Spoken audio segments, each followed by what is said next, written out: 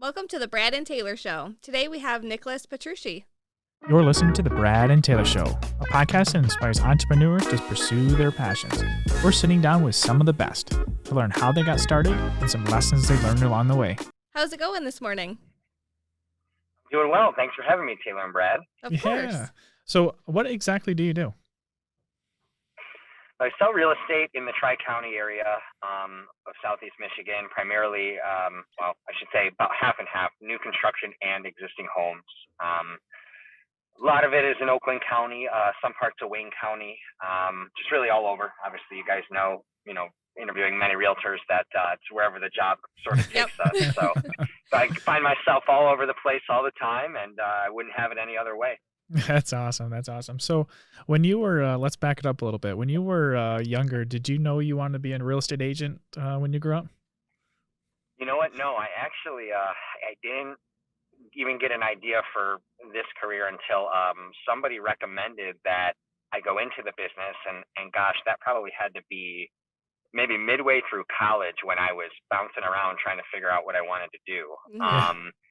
I went from I think I started wanting to be a psych major, and then I thought I wanted to go to law school, and then decided I wanted to shift into maybe marketing or advertising. And through college, I taught tennis. I was an instructor, and one of my colleagues who taught part-time and sold real estate, I said, well, have you ever thought about going into real estate? And I grew up in a family of builders, so between the three things I was looking at doing, psych, law, and marketing, and then my building background, I was like, well, that's kind of a little bit of everything that I've ever done and wanted to do. So why don't I give it a shot?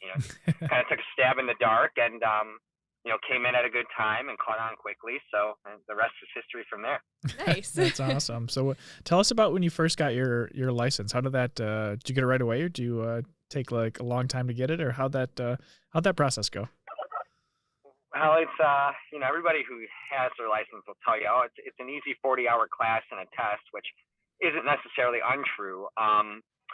Test taking was never my strong suit, so it took me a few times to pass the state exam. But once I did that, it was the end of 2015. I really kicked into gear and took it full time in 2016, Nice. which is when a little bit after the market started getting really good. And I was fortunate enough to have an in at my brokerage out of Birmingham, Max Brook Realtors. Nice. Really clicked with my brokers, and they put me together with a good mentor who really kind of just taught me the ins and outs and the proper mindset, in order to kind of survive that first year or so when you're figuring out, is this really going to work for me? Yep. Yeah. It was a good first year for my first year. Second year was pretty good too, a little bit better. But then my third year was when I really took off and the business kind of spiked. And since then, it's been great. I'm sure you guys have been, hearing about the market now being crazier than ever. And even in comparison to the last 4 or 5 years I've been doing this, it's been a little bit of a different game plan, right? Different way that things need to be approached. But fortunate enough to be experienced to this point to know how to navigate it, and still coming out on top with satisfied clients, and that's the number one thing. So Yeah, absolutely. That's awesome. So what do you think was probably the biggest thing that kind of made that third year better than the other ones? it just, I think like anybody in the business, it's time, right? Time of not only getting your name out there, but proving to your circle that, hey, you really know what I'm doing, and I do have the experience now, because that's always the toughest part, especially as a younger agent. I mean, I came in when I was 23, trying to sell friends' parents or other leads that I got that, have much more life experience, right? To work with just a kid who got out of college. So that, that took some time, but once, you get a few good sales under your belt, you can start marketing that, and people start to actually see results like anything. That started to get the buzz going, and I started getting more referral business just on that year alone, a lot more. So yeah, that's kind of what catalyzed the whole thing in my third year. I like it. When you started out, did you join a team, or were you by yourself, or how'd that go? No, so I'm actually very very proud to say when I came in, I came in on my own. I didn't work under anybody. I do give a lot of credit to my mentor, Gerald Salerno, who's he was a former managing broker for Coldwell Banker and has been with Max Brook. I probably think at least 15 years. but he helped me a lot, just kind of learn what I need to do and how to stay patient when being on your own, especially when starting out. And I've never purchased any online leads, no Zillow ads, or anything like that. So just kind of put my nose to the grind and relied on the people I knew. And fortunately, I have a good circle that was able to start to create some referrals. Nice. So when you first started out with your mentor, was there any advice that he gave you that has stuck with you over the years? Yeah, I think the biggest thing, there's a lot really, but if I had to pick one thing, it would probably just be um, really the way that he molded the mindset or helped me mold my mindset to just be very, any opportunity you get, be thankful, don't take it for granted.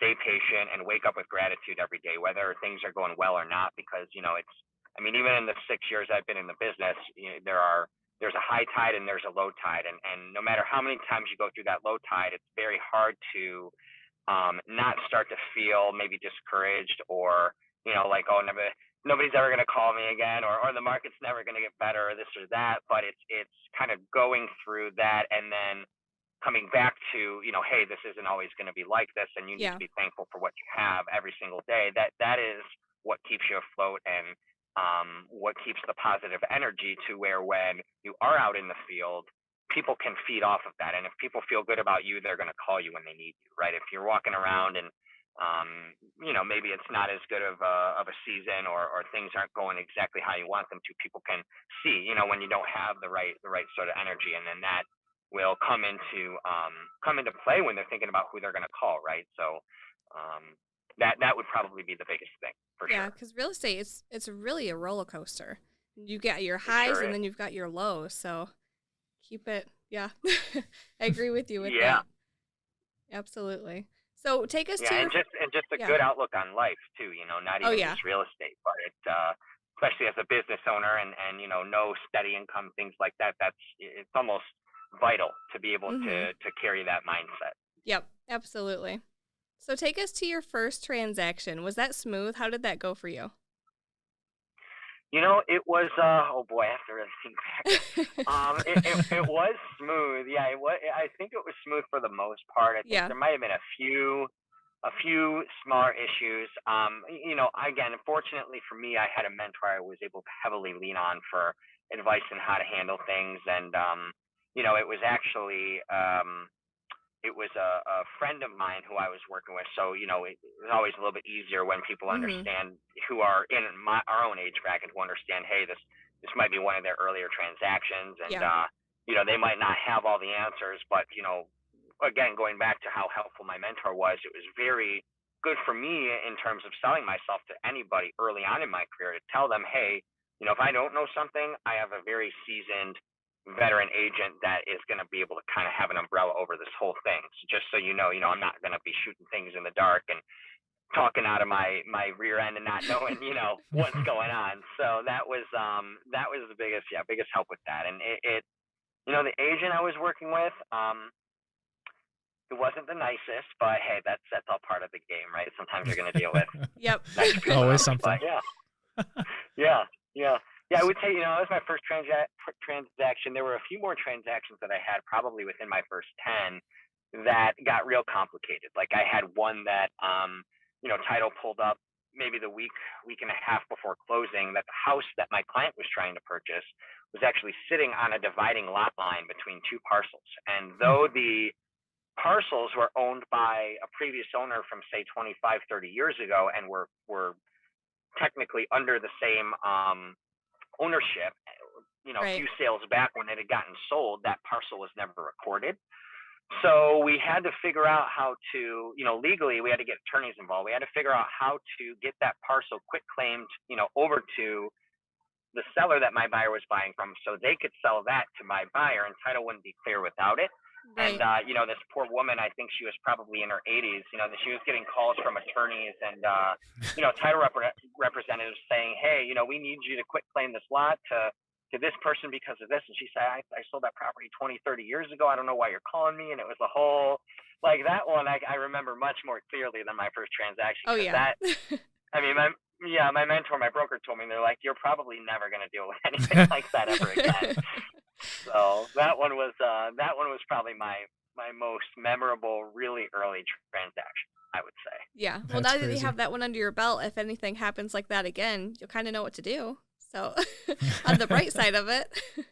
Yeah, yeah. I've learned that and you guys I'm sure know this too. You learn that anything can happen, and what these things that can happen are. They might not be anything you could ever think of, but I think it's the biggest thing in my business and in my position is just knowing how to manage the expectation of it, how to keep everybody, content, and get them to understand, hey, this is what's going on, this is what our options are, or what the process is going to be, and this is just how we're going to have to handle it one way or another. I think that's always in my position, that's always going to be the X factor in, having people come out of the process and say, wow, I really enjoyed working with them versus not. I mean, even if it's not the best news, Hmm. if it's something that's out of our control, most people, at least that I work with, are understanding of that kind of thing, and it's just it's being able to be sharp and on top of what the best possible scenario is for us and how to handle that. Yep. Yeah, for sure. So, going forward in the next couple of years, do you have any plans that you want to accomplish? Yeah, it's I really enjoy what I do. I there Early on in the career, you go through so many Hmm. different classes, you watch videos, you think about what other people are doing, and you kind of pay attention. And I think for a lot of agents early on, they get the idea, or maybe they're sold on the idea of, oh, you want to grow a brokerage, or you want to grow a team, or do this or that. I've learned through my experience that I really just I love working with my clients. I'm fortunate enough to where 100% of my business is, I should say, 95% of my business is referral business or people that I know. So That's awesome. I get a lot of satisfaction. Yeah, yeah, thanks. I get a lot of satisfaction and out of that, and I feel like it's very rewarding. So I do have a full-time assistant now that I brought on. I think it was in my fourth year. Yep, in 2019. And I would say in the next few years, we did 16 million last year. So in the next few years, I want to try to consistently get to about 22 to 25 and have our system down to where we're definitely clearing that without issue. I haven't decided 100% yet, but I've been thinking about maybe bringing one more person on, but that would for me be the max. I don't want to necessarily dilute the way that I do business and start passing my people on to Yeah. people that they don't necessarily know.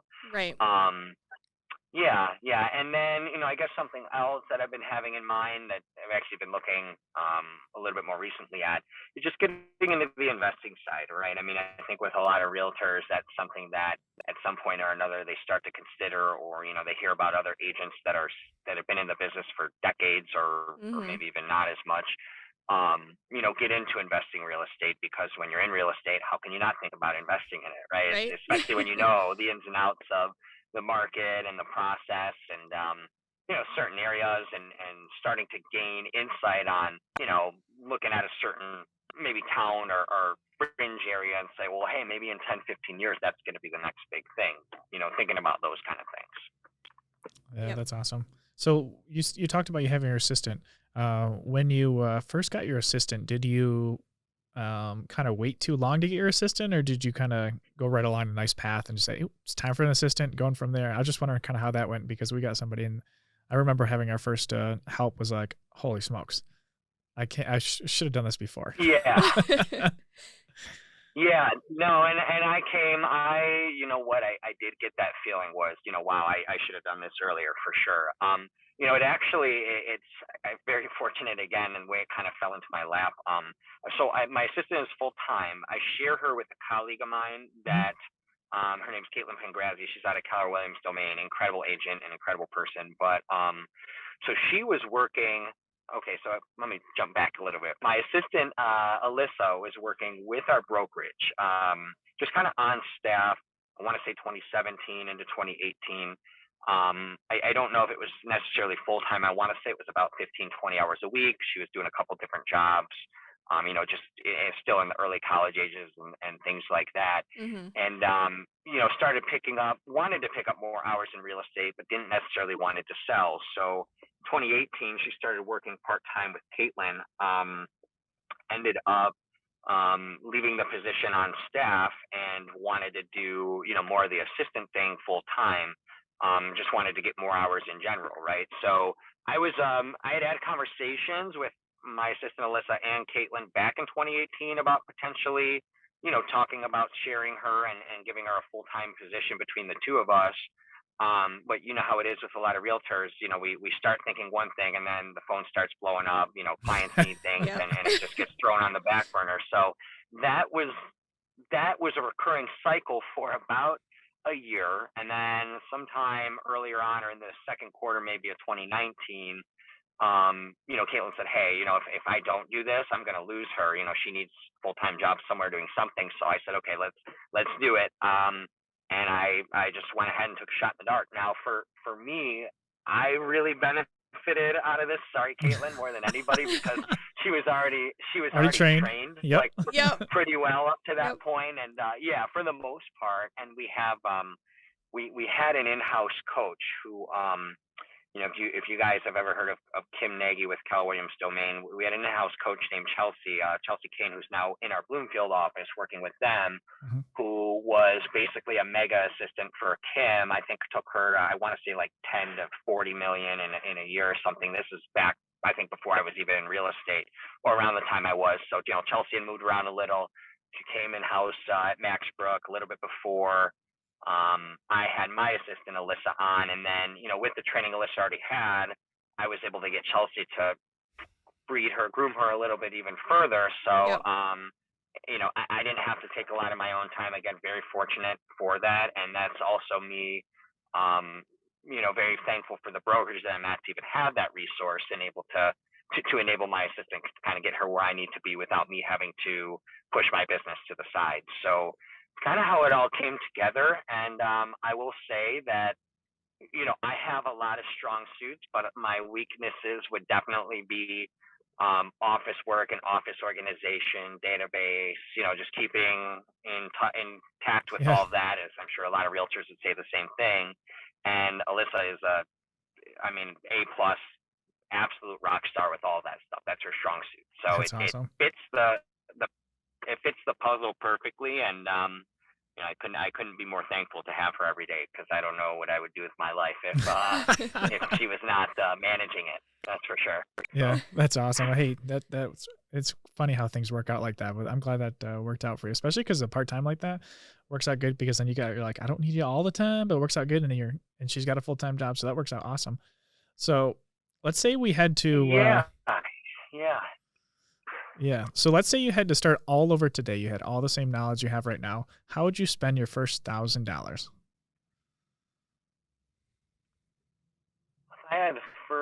If I had $1,000 spending, if I were in the first part of my career, that's an interesting question. That $1,000, it's not a little bit of money, but I feel like you have to use that wisely, right? Because it can definitely be wasted very easily too. Yep.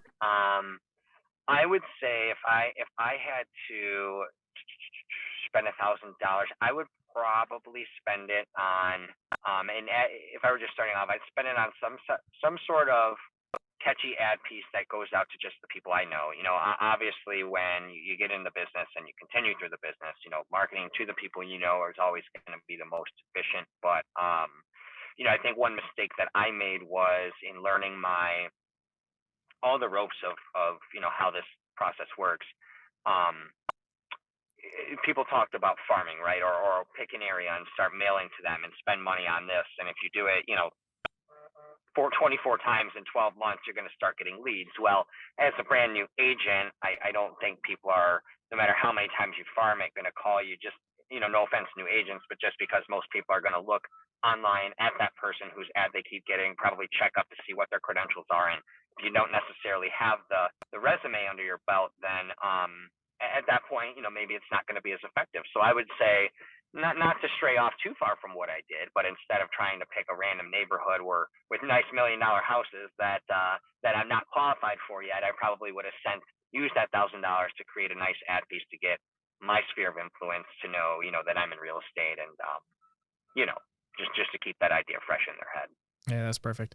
Awesome. Is there any like business books that you've read that you could recommend to newer agents or anybody in general in business? Yeah, I guess I don't know. It is technically a business book, but more of a I guess a personal investment book. But The Wealthy Barber I really liked a lot. I just think that it's very practical. It kind of reminds you to stay, not necessarily stay humble, but think wisely and humbly, and be that way with your finances, especially on the front end of your career, just because it's very easy to get to just kind of catch that wave and be like, oh, I can afford this and that right now, and money can be spent very quickly. I think everybody knows that. So I would say The Wealthy Barber, absolutely. Sweet, that's awesome. How can people get a hold of you? They can call me, text me on my cell, 248-787-3240. Nicholas at petruccirealty.com is my email. Also have social media, Facebook, Instagram, LinkedIn, I think as everybody else does. So at Nicholas_Petrucci, that's how you can find me. Sweet, that's awesome. Or petruccirealty.com also. Awesome. Hey, that's awesome. Hey, thanks for coming on and sharing your story with us today. Thank you, guys. I appreciate you having me, and look forward to next time. Are these working? All right. Here we go. Oh, there we go. I think they're working. Should we tell them? Mine keeps falling. It doesn't like my voice. What do we got to tell them? Subscribe. Subscribe? What do we got to point at it? Hey, I think there's a subscription button. Like It might be there. It might be right there too. Somewhere. Find it. It's red. Yeah. And it's blue. It's green. I don't really know. It's a color. This mic isn't even attached. Did you plug these in? Well, I guess. I wonder if they can hear us. Yeah, I wonder if they hear us. Well, we should probably tell them if they can hear us. We should probably tell them also give us a 5-star review for listening on Apple. That'd be cool. 5 stars, guys. Share it with everybody they can think of. We won't take 4 stars. I mean, I don't even think these are on. I mean, I don't think this is working. This is not working.